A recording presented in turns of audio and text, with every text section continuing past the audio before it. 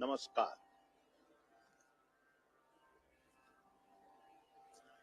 सबसे पहले मैं हमारे परम पूज्य मुख्य अतिथि उत्तराखंड से पधारे जगत गुरु शंकराचार्य जी को अपना प्रणाम अर्पित करता हूं। आप संयम आदि शंकराचार्य की जीवंत परंपरा के प्रतीक है।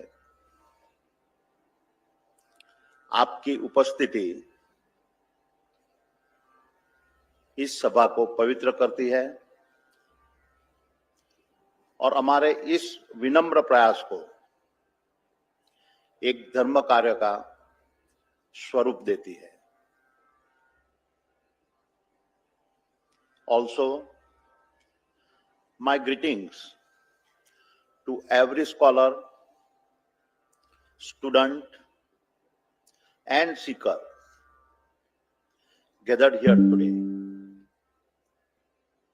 I am thankful that so many of you have come from all corners of Bharat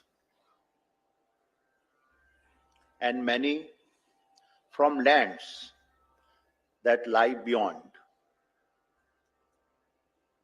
I'm also deeply grateful to the Indian knowledge systems under the Ministry of Education for their support.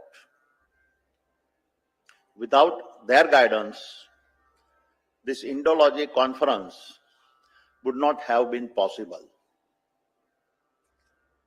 My dear guests, let me start by explaining why we are here today and why a conference on a Indology. We are the carriers of an epic civilizational adventure that has faced invasions, rebuilt multiple times after destructions, and carried his wisdom across thousands of years with unbroken tenacity. A civilization that refuses to break is also the one that learns.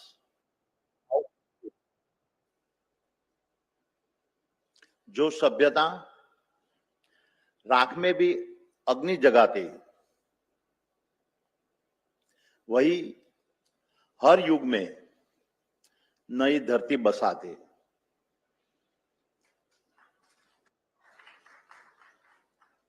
Fast forward to today, and there can be no doubt that over the past decade, Bharat has not only been the world's fastest growing major economy, but it has also grown to become the fourth largest economy on the planet.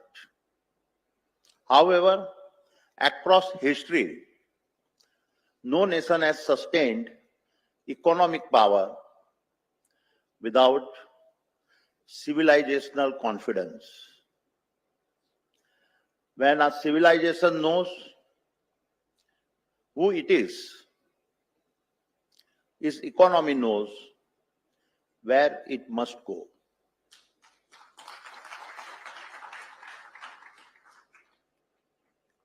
The two have always been inseparable.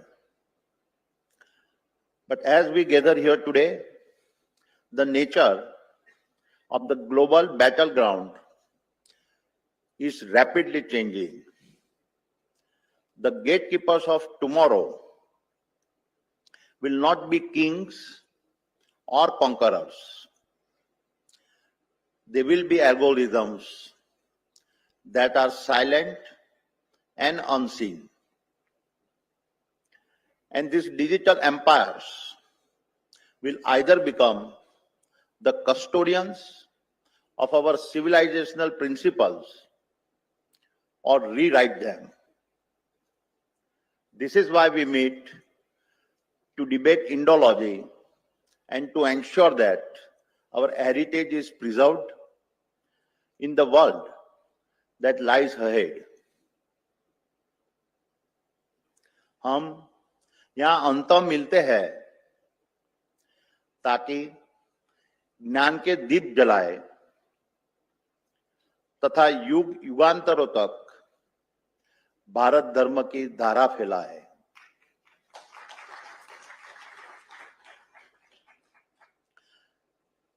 Now allow me to tell you how all of this started. And as always, behind every action sits a simple story. And here is mine. The initial years of my childhood were spent in Banaskantha in a North Gujarat. मेरा बचपन बनासकांठा के रेगिस्तान में बीता और लाखों हिंदुस्तानी बच्चों के ही तरह मेरी मां की गोद में ही मेरी पहली पाठशाला थी.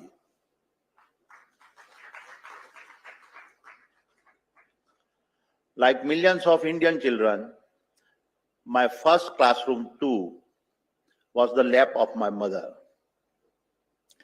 Every evening, as the golden sun set over our home, my mother would gather me and my siblings, and she would narrate episodes from our eternal epics, the Ramayana and the Mahabharata. She, Santaben, would tell us the stories about Prabhu Ram's 14-year exile, Sita Mata's devotion, the engineering wonder of the bridge to Lanka, the war with Ravan, the reunion of Prabhu Ram and Sita Mata, and then Sita Mata's separation again. From the Mahabharata, she spoke about Arjun's battlefield doubts and Krishna Bhagwan's words to Arjun to rise beyond family bonds and serve the purpose of Dharma. My mother was not just telling me stories. She was doing what every Indian mother does. She was shaping my sense of duty, devotion, and dharma.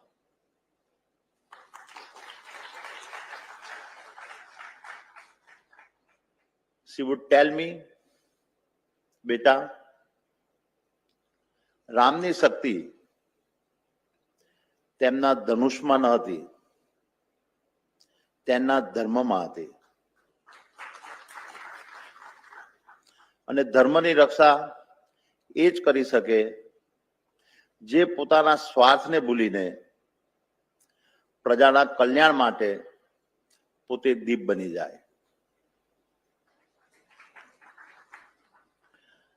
પ્રભુ રામ's strength was never in his bow.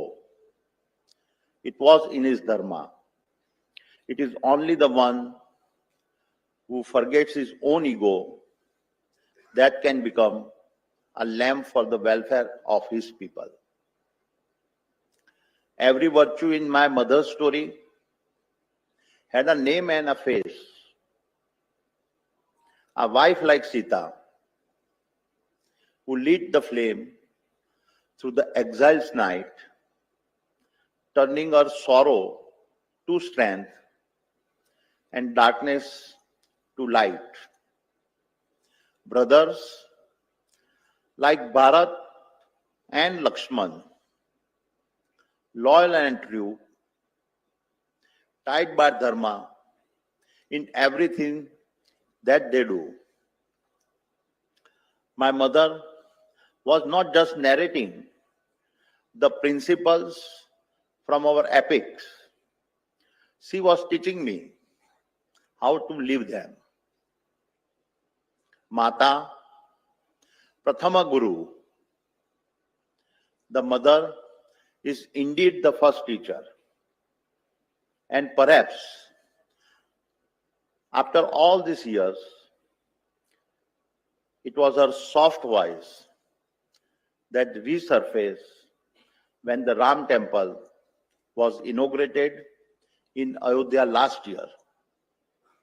In that moment, my heart turned not only to celebrations, but also to reflections on the 14 years Prabhu Ram spent in exile. जैसा कि आप सब जानते हैं, 14 साल कोई साधारण संख्या नहीं थी। वह धर्मधारा नियत काल था, जिसने ये सुनिश्चित किया कि राम अयोध्या से निकले युवराज बनकर पर लौटे देवता बनकर।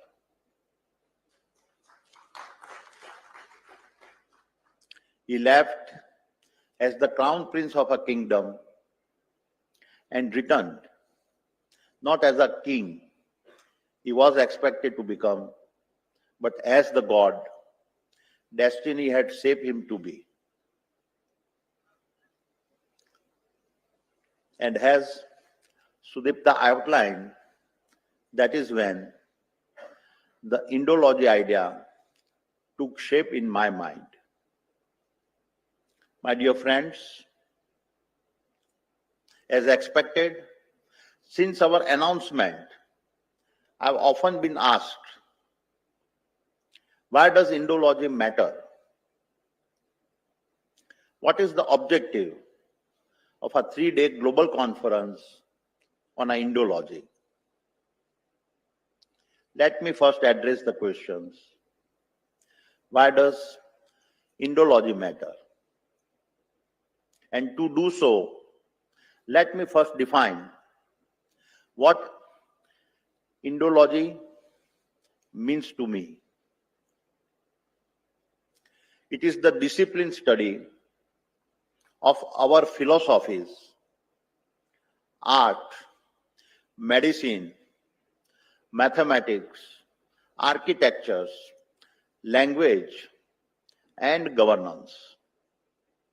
From zero to Vedic algorithms, Ayurveda's healing, to Vastu harmony, Arthasastra's statecraft, to our civilization values, Indology is about how to turn ideas into institutions. And so, when we study Indology, we do not look back to live in history. We look forward so that the best of history lives through us. हम अतीत को इसलिए छूते कि राष्ट्र ज्योति उदित हो जाए,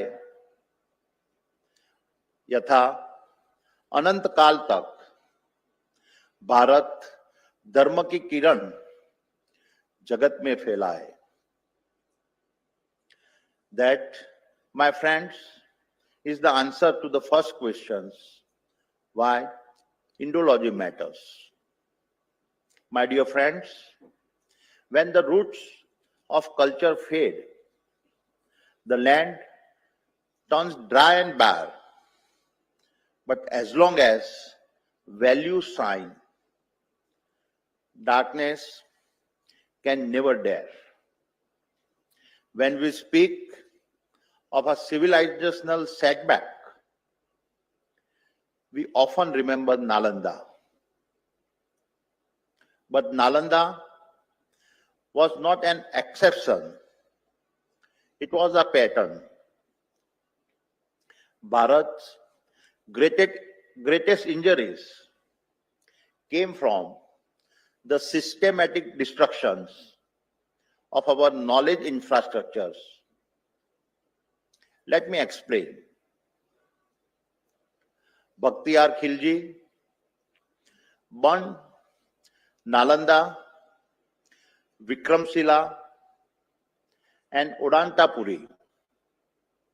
In doing so, he did not just destroy libraries, he burned the nerve center of Asian learning. Their fall erased hundreds of years of knowledge in a single generation. Then came another form of destruction, that of self-confidence. In 1835, Britisher Thomas Macaulay declared India's vast knowledge systems of no practical use. He forced a replacement of thousands of years of our traditional educational model with a clerk producing model. This was not a policy. It was a psychological war. It broke our civilizational self-confidence. And then again came the extractions, tens of thousands of our manuscripts on astronomy, chemistry, metallurgy, Ayurveda, all shipped to Europe, translated, patented, repackaged, and credited as a Western discoveries.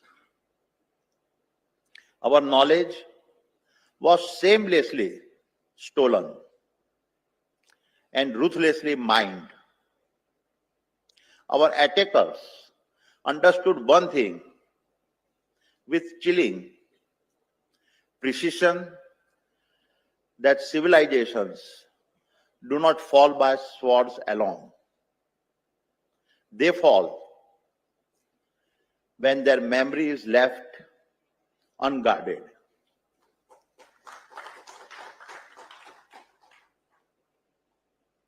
And so they struck not just our people, but our libraries, our universities, and our stories, knowing that if memory breaks, then civilization bends.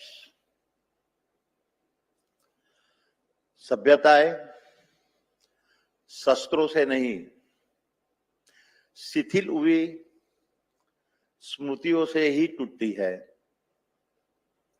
जहां स्मृति शून्य हो जाती, वही संस्कृति शरण में झुक जाती है. Together, they shattered our cultural confidence and fragmented the discipline of Indology itself.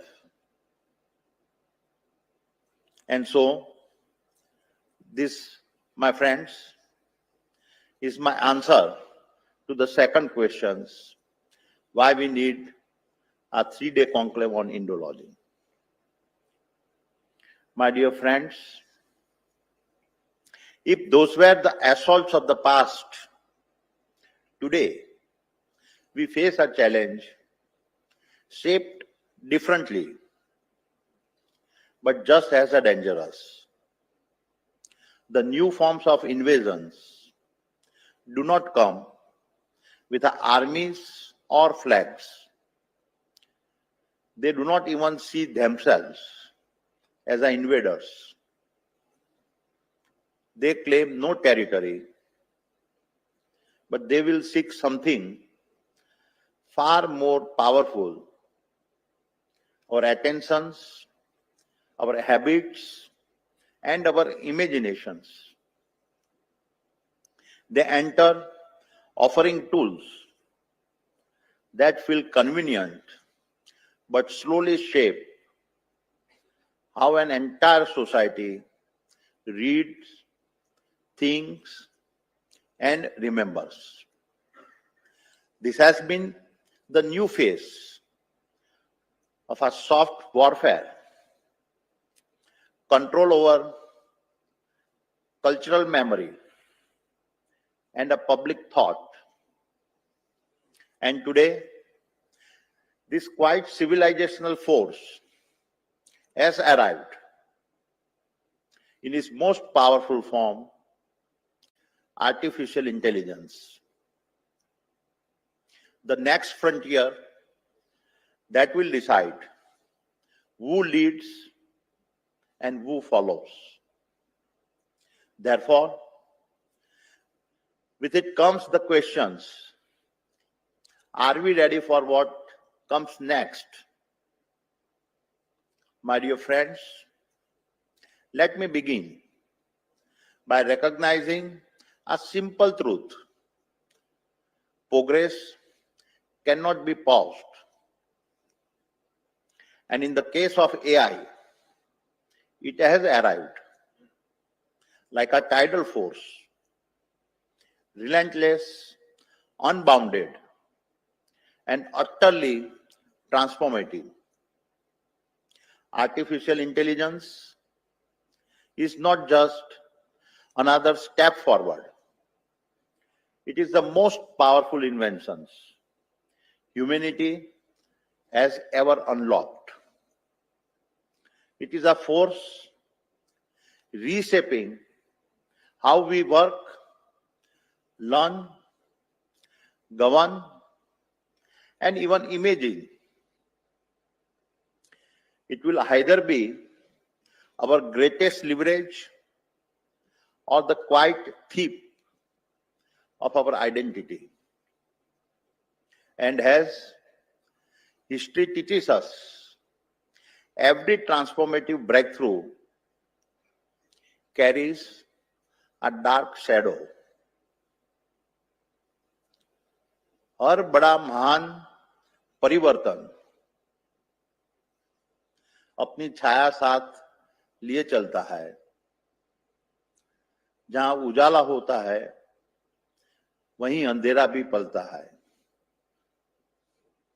Just as the brilliance of nuclear power came with consequences that the world had to adapt, contain, and defend against, AI too brings with it a darker side. One that demands defending through wisdom, responsibility, and above all, preparations. In the context of Indology, this transformative force begins with an unsettling truth. AI is already becoming the world's new teacher, the guide to our past, and the keeper of our civilizational memory. This is where the danger lies, because the mirror that AI holds up today to reflect our heritage is not our reflections. In its current state, AI has no real connections to the roots of our culture, no real understanding of the richness that has sustained us for over 5,000 years. And therefore, it threatens the very essence of the culture that defines who we are. यह हमारी संस्कृति ही नहीं, हमारे अस्तित्व के लिए भी एक चुनौती है. Allow me to now expand on the three new specific threats we now face. First is the threat of our invisibility. In the world of AI, there is a rule known as a data gravity. Manuscripts sitting in a fragmented scans are invisible to algorithms. If we do not digitize them, we are effectively erasing our own knowledge from the future. Second is the threat of a cultural compression. Indic knowledge is deep. Concepts like dharma, shraddha, or purusharth are ecosystems of meaning requiring context and commentary. But LLMs flatten meanings. They turn dharma into duty and a moksha into salvation. Once context dies, culture dies.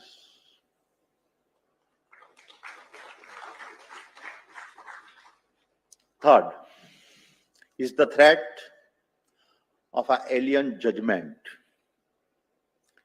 These AI models built on safety filters, rooted in Western norms, are like blindfolded gatekeepers, unable to recognize the essence of Vedic practices or the depth of our itihas. They often dismiss this ancient truth as a mythology or harmful, for they lack the cultural lens to understand them. Let me illustrate these three threats with one simple example. In the years ahead, when a child in Mumbai, a second generation Indian in Boston, or a yoga teacher in Berlin asks, "What is Dharma?" or "What is the essence of Gita?" They will not open a book or seek a teacher. They will ask a machine. And that, my friends, is the real danger. Because if we are civilizations does not actively defend is a cultural and emotional frameworks, human behavior will bend not towards culture or traditions, but towards the cold logic of the machine's algorithms. This shift will be silent, gradual, and will reshape how we feel, learn, and analyze our own country. The transformation is inevitable, but it must be shaped by our intention and not by accident. So allow me to present 5 recommendations for Bharat to reclaim its intellectual agency in the age of algorithms. First, build the Bharat knowledge graph, create a single digital source of truth, connecting our text, thinker, timelines, and ideas so that AI learns from authenticate Bharat and not borrowed interpretations. Second, create an India-centric corpus. Launch a standardized Indology benchmark to test if AI understands Nyaya, Vedanta, and our philosophies. Mandate Indian data in every foreign model. Third, strengthen the human loop. Empower scholars to analyze, refine, and correct AI systems. Establish cultural discipline. All AI operating in India must align with our knowledge traditions.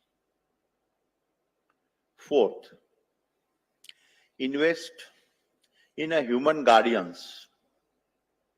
Establish Indology AI chairs across universities. Train scholars to speak Sanskrit and Python.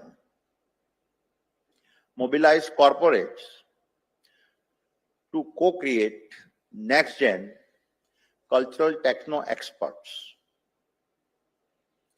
And finally, make every college a new Nalanda.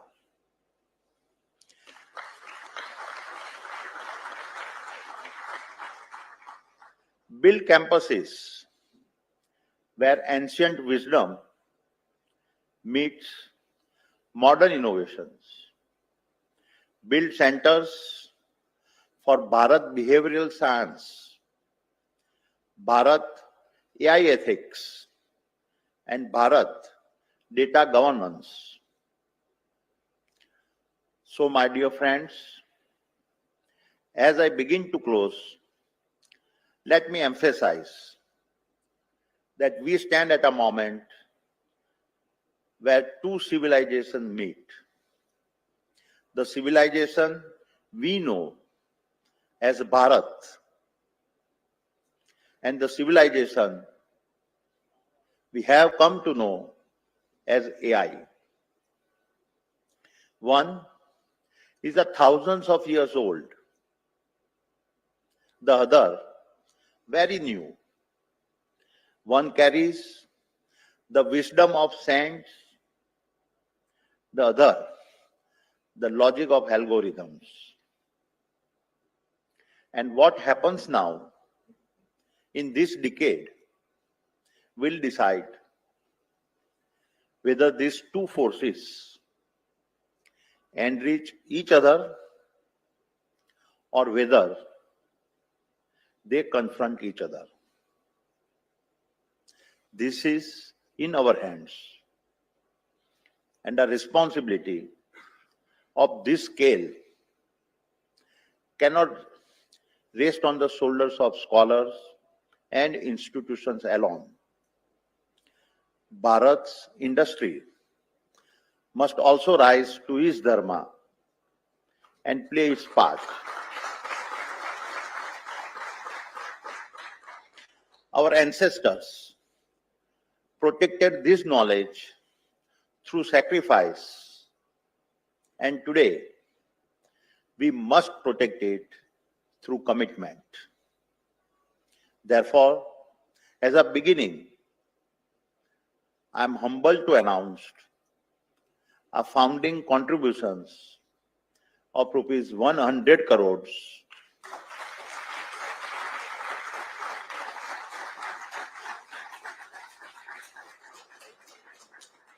towards building the Bharat knowledge graph and supporting the scholars and technologists who will contribute to this Indology mission.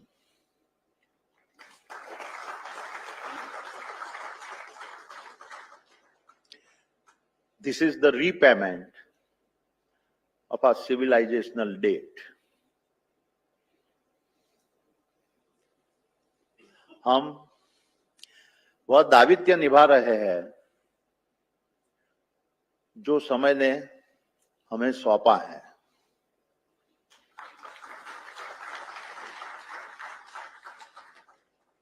And I warmly invite every corporate house in our nation to stand with us and strengthen this effort.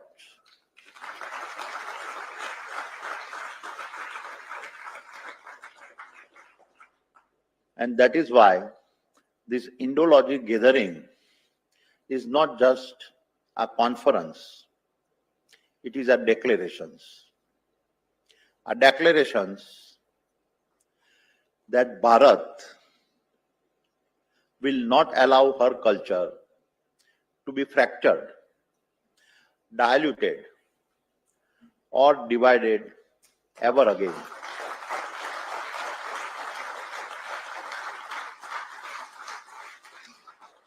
Our declarations that Bharat will not allow her memory to be rewritten as it was after Nalanda.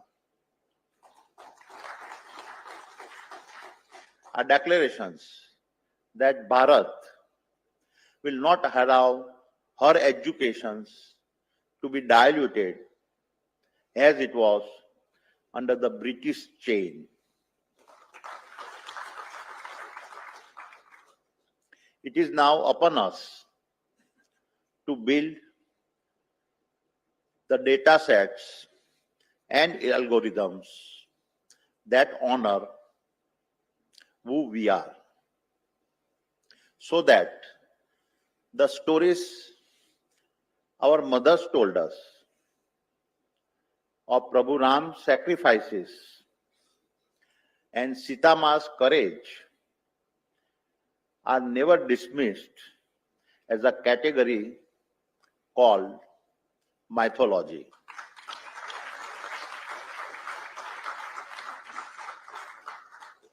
So that the principles of Dharma that our mothers shaped within us are not compressed into a hollow world called rules.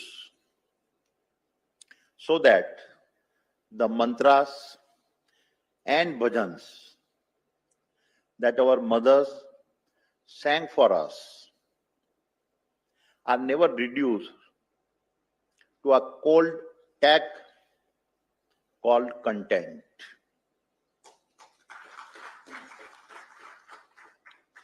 So let this conclave be remembered for a purpose that ensures when a child in Mumbai or an Indian teenager in Boston or a seeker in a Berlin asks their machine, what is Dharma? The machine must answer with the wisdom of our mothers.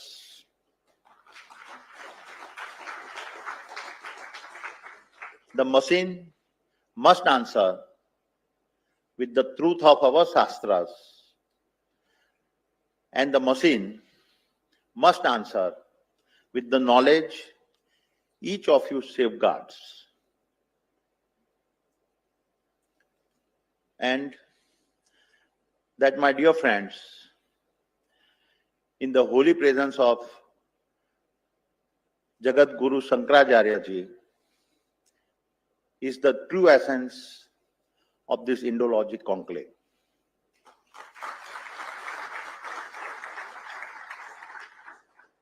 And so, we declare only Bharat will define Bharat.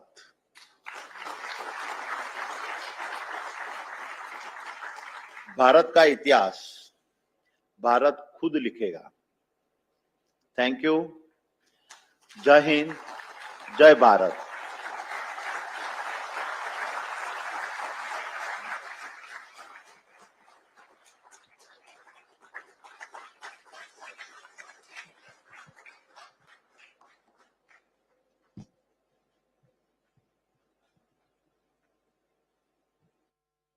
Thank you, Chairman.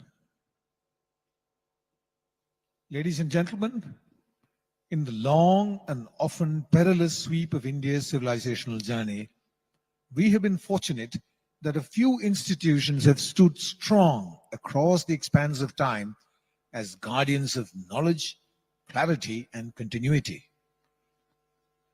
Foremost among them are the four Amnai Pitas established by Adi Shankaracharya over 12 centuries ago.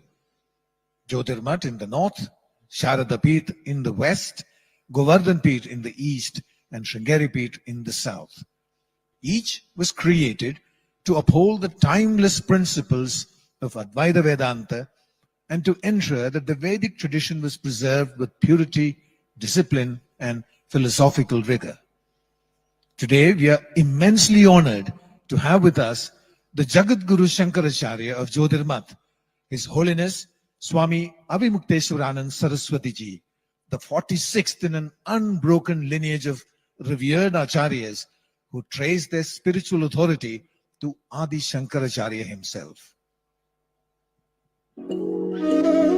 Some 12 centuries ago, Sri Adi Shankaracharya, an avatar of Lord Shiva, appeared to transform the spiritual landscape of Bharat through Vedic wisdom. He established 4 monastic centers at the cardinal points of Bharat to preserve